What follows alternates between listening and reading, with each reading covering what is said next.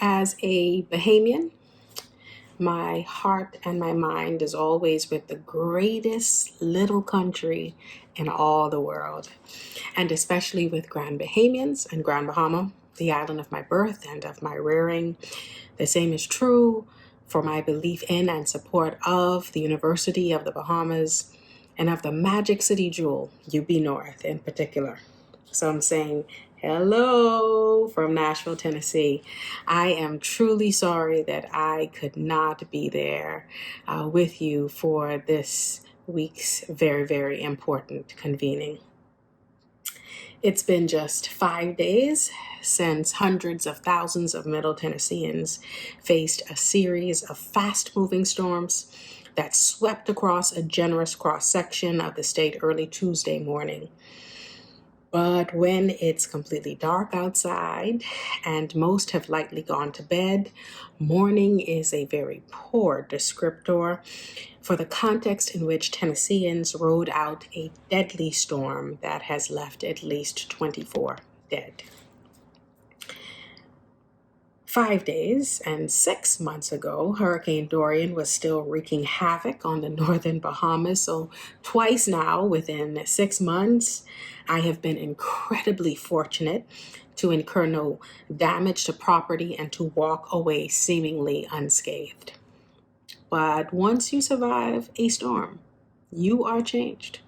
Superstorms especially have a way of doing that, of touching every life in some way, even if only to remind us that a lifetime of hard work can be undone in a mere few hours in the instance of Hurricane Dorian, and in the case of Middle Tennessee's tornadoes, in mere minutes. We saved ourselves then is a retrospective storytelling of my social media experiences during and after Dorian on the island of Grand Bahama. In revisiting the role of social media in response, recovery, and reckoning, it is my hope that it leaves more questions than answers about what we did wrong versus what we did right, as well as what we left undone. And although it is not intended to be an indictment on failures, whether of plans or to plan, the people of Grand Bahama and of the Abacos deserve the truth told about what they endured, what they lost, and all that they are yet overcoming. Now, even before Hurricane Dorian first made landfall, social media had demonstrated its popularity as an information sharing tool among Bahamians. There is what I call the WNN, which I argue is the nation's #1 news source. It is the WhatsApp news network. And it is how our elders tell us happy Monday, happy Tuesday, happy afternoon, Thursday, Friday, Saturday, Sunday. It's also how they tell us happy holidays too. It is how Bahamians disseminate good news, bad news, and sometimes frightfully inaccurate news. The same was true on the eve of Hurricane Dorian. On August 31st, as Abaconians and Grand Bahamians knew with increasing certitude that something would be faced, mediums such as Facebook, Twitter, and Instagram were abuzz with residents preparing in typical Bahamian style. Hurricane plywood, hurricane food and snacks, and hurricane rum. Levity among us Bahamians is truly, truly unmatched. Now, having left for college in Nashville in 1999, I hadn't weathered a single one of the near dozen hurricanes Grand Bahamians faced in the 20 years since I had first left for college. So veterans of the island's mini storms teased that Dorian would be my test, and I thought, up to the challenge as both a navel string native and a kind of other. My tourist-like gaze settled upon the faces of passers-by, assessing the levels of their anxiety and their fear, and my storytelling eavesdropping ears basked in their banter, and my Facebook timeline was especially spirited with public debate about who should do what and when they should do it and how they should do it. Nowhere was this clearer than online discussions about the mud and the pigeon pea in Abaco, as reporters such as Theodore Eliot compassionately undertook describing the complex and interconnected realities of statelessness and poverty, as well as the ever-present fear and lack of trust that goes hand in hand with them. A community pastor belted out his plea for residents to leave behind their life's work in exchange for the mostly more solid and presumably safer ground of nearby shelters. Many did not. It was a decision they'd live, if fortunate, to regret. Now, once darkness fell, I took to Facebook to memorialize the eerie quiet and the darkness of the Magic City's empty streets and dark houses. 'Twas the night before Dorian, and all through the island, the houses was buttoned up, or the people was still drying. Square meals supplied by supermarkets and snacks by sundries too. The people empty the store shelf. Grand Bahamians know what badness hurricanes could do. So when the sun rose on September 1st, and as the day wore on, Grand Bahamians anxiously awaited mostly Dorian, but also word on how the Abacos, who were first, had faced his wrath.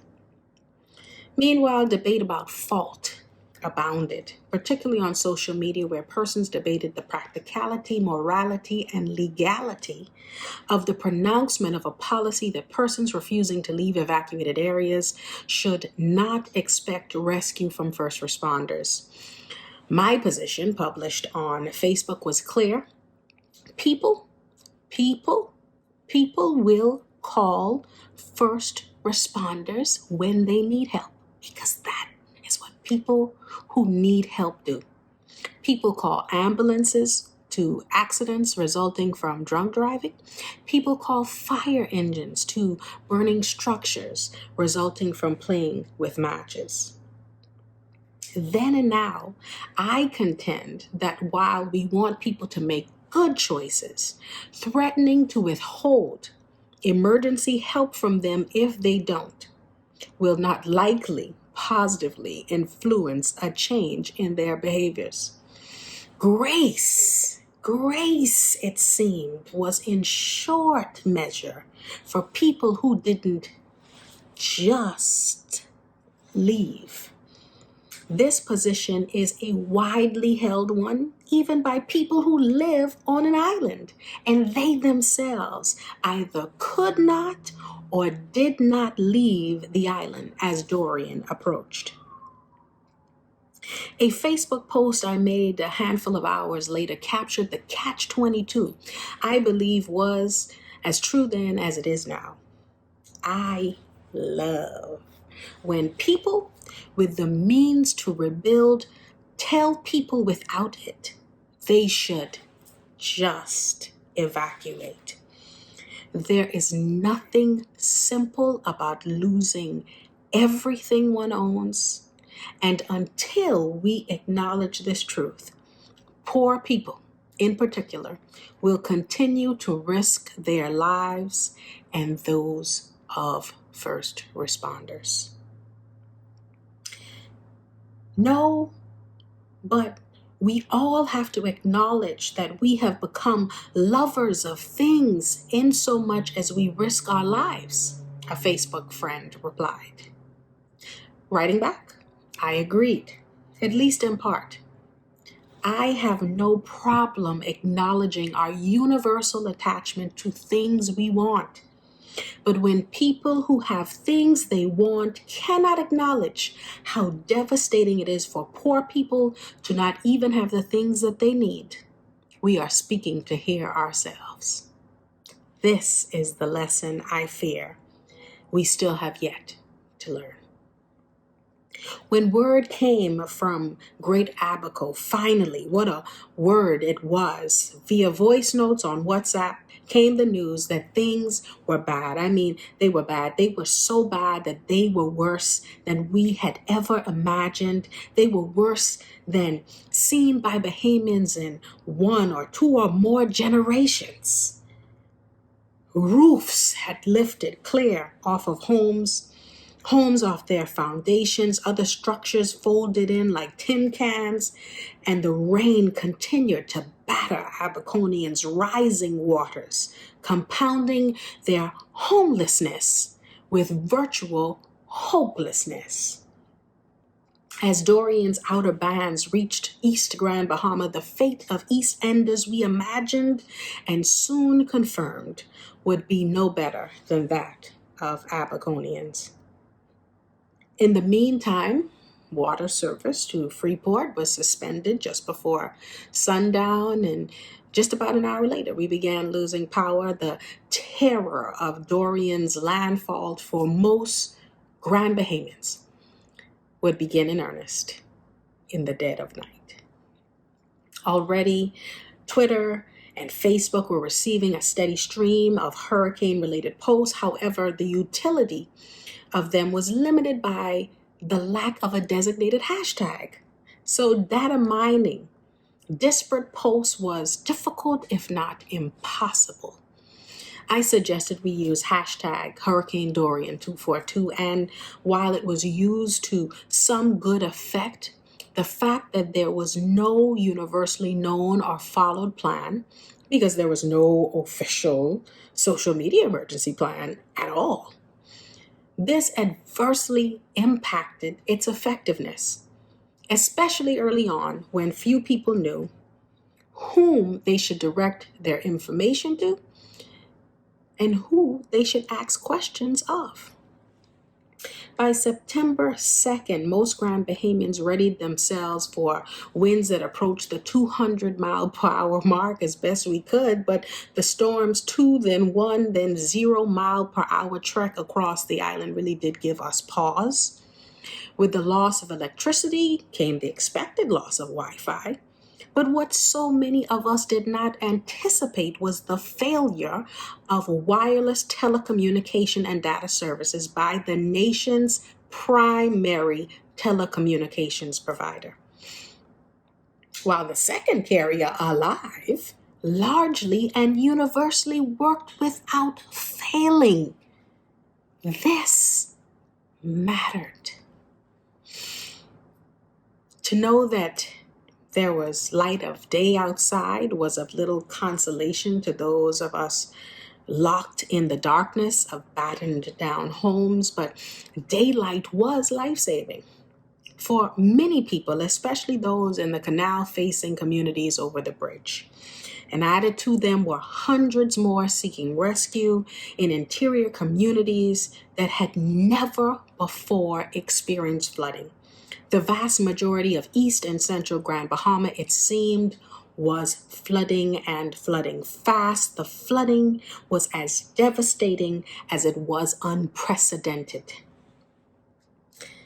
Soon, the trickle of those needing rescue had, like the water, become a flood. This was when Bahamian millennials and Gen Zers, both at home and abroad, demonstrated the truly undercredited power of social media and its democratization of interactive information sharing in particular. Now, this is not to say that traditional media and its professionals did not do their jobs, because believe you me, having left their homes and families to answer the call of duty, many of them for the nth hurricane season, the media professionals at the Northern Service of ZNS, the National Television Broadcasting Service operated by the Broadcasting Corporation of the Bahamas, had been providing first-rate, first-world television coverage until the storm made it impossible for them to do so. That was Monday. So ZNS's radio broadcasting service continued unceasingly through Tuesday. when it too was compromised. News reporter Shashina Roll Farquharson would later recall, "I remember the fear that gripped me as Hurricane Dorian lashed its fury on the northern Bahamas and as people were calling and texting ZNS for help," she wrote. "The water was rising and many were trapped in their ceilings or were already on the roof. I remember feeling a sense of hopelessness. We were going to lose people, I thought, and there was nothing that anyone could do about it." Due to severe flooding, much of the force of the Royal Bahamas Police and Defense Forces was compromised by the almost complete loss of their collective transportation fleets that had been stationed in the parking lot of the Gerald A. Bartlett complex. The fate of Grand Bahamians was almost completely in the hands of ordinary Bahamians. Much to Shashina's relief and to mine and to the people of Grand Bahama, what capable hands they were. This point must be made clear. We, ordinary Bahamians, without bully pulpits of elected or appointed offices, without the funding of the public purse, and without the tools that these privileged places offer, we saved ourselves. Ordinary Bahamians, like Kimberly Mullings, used every bit of our social media, technological know-how and savvy to erect makeshift command centers in our homes, both at home in the Bahamas and abroad across the world, to organize search and rescue. Ordinary Grand Bahamians, like Billy Roll and Ricky Martin, Deshaun Smith and Jensen Bars, Bahamians I know, got in their trucks, in their boats, and on their jet skis to rescue their fellow country women and men without regard for their lives. Ordinary Bahamians. Ordinary Bahamians like Lanice Reckley of Hudson Estates, who shepherded her stranded neighbors out of her flooded community. Ordinary Bahamians like Pat Robinson, Sister Pat to those who know her well, who took in at least 7 pregnant women and had a baby born in her bathroom. I'm talking about ordinary Bahamians. Ordinary Bahamians whose use and utility for social media grew in recovery. In Dorian's aftermath, family and friends desperate to find their loved ones flooded Facebook and Twitter with posts in search of those they deemed lost. A like, a comment, and more importantly, a share or a retweet was among the most helpful and useful contributions anyone, anywhere in the world could give to the recovery effort. Ordinary Bahamians like Roxy Starr organized the Facebook group Hurricane Dorian Missing Persons Registry, helping several hundreds, if not several thousands of people to know that their family member had been seen somewhere by someone, hopefully alive. Still, the strategic use of social media didn't end there. People and places needed specific help. The Rand Memorial Hospital needed drinking water for its staff and patients. And with the help of social media, ordinary Bahamians got it there. A mother with an epileptic child needed a generator to power a fan to alleviate the child's seizures. And with the help of social media, ordinary Grand Bahamians got it there.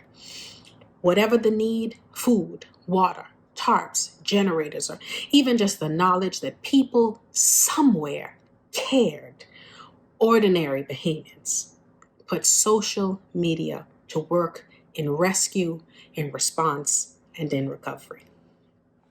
Ordinary Bahamians. Ordinary Bahamians use social media to tell their story in their own words. They were stories of survival, of loss, of gratitude, and also of frustration. It was painfully apparent and pretty much universally felt by survivors of Hurricane Dorian that citizens should not have had to deputize themselves. They performed services that the National Emergency Management Agency should have, and devised and executed plans that NEMA, quite frankly, has yet to implement. Now, the sheer scale of the devastation wreaked by Hurricane Dorian was compounded by the perceived unpreparedness of NEMA to respond to a crisis of seemingly any scope at all. Worse, perceived attempts at suppression of the press could not readily be countermanded by members of the press corps, and that's when ordinary Bahamians, particularly those on Twitter, utilized the platform to report to the world that the northern Bahamas was indeed in existential crisis. And do you know what? The world answered. In the days and weeks and months since Hurricane Dorian, ordinary Grand Bahamians made extraordinary things happen with social media. In addition to raising awareness, we raised hundreds of thousands of dollars, if not millions, in money and in supplies that did not get bogged down in the bureaucratic processes of government. In short, we saved ourselves. Now, as another hurricane season approaches, Bahamians must be mindful that political pandering cannot, did not, and will not save us from the devastation of Mother Nature and rapid climate change. Grand Bahamians and Abaconians in particular are counting on the entire nation, and Nasuvians in particular, to see the region's plight, the northern region's plight, as the nation's plight. 6 months and 5 days ago, Hurricane Dorian ravaged the northern Bahamas. 5 days ago, tornadoes leveled communities across Middle Tennessee. Storms are likely inevitable. But when we respond to them strategically and courageously, that's our magic. Even when given the worst circumstances imaginable, ordinary, Grand Bahamians demonstrated yet again that we are the magic in Magic City. And with the help of social media, we demonstrated that which we all should know. Young Bahamians can lead. They are ready to lead. And they must lead this nation now.